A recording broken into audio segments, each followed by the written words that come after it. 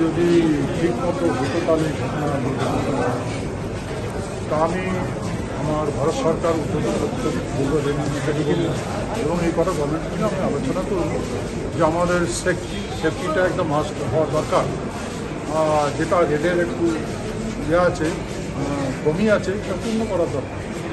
এটা যদি আমরা যদি ঠিক করতে পারি তাহলে ইন ফিউচার এই রেল এই অ্যাক্সিডেন্টের সম্মুখীন হবে না, সেহেতু উপযুক্ত ব্যবস্থা নেওয়ার প্রয়োজন।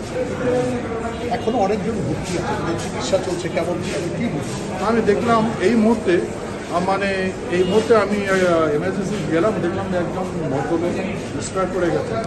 তার কোনো পরিচয় নেই, অজ্ঞাত লোক। আর একজন খুব সিরিয়াস করে আছে ভদ্রলোক।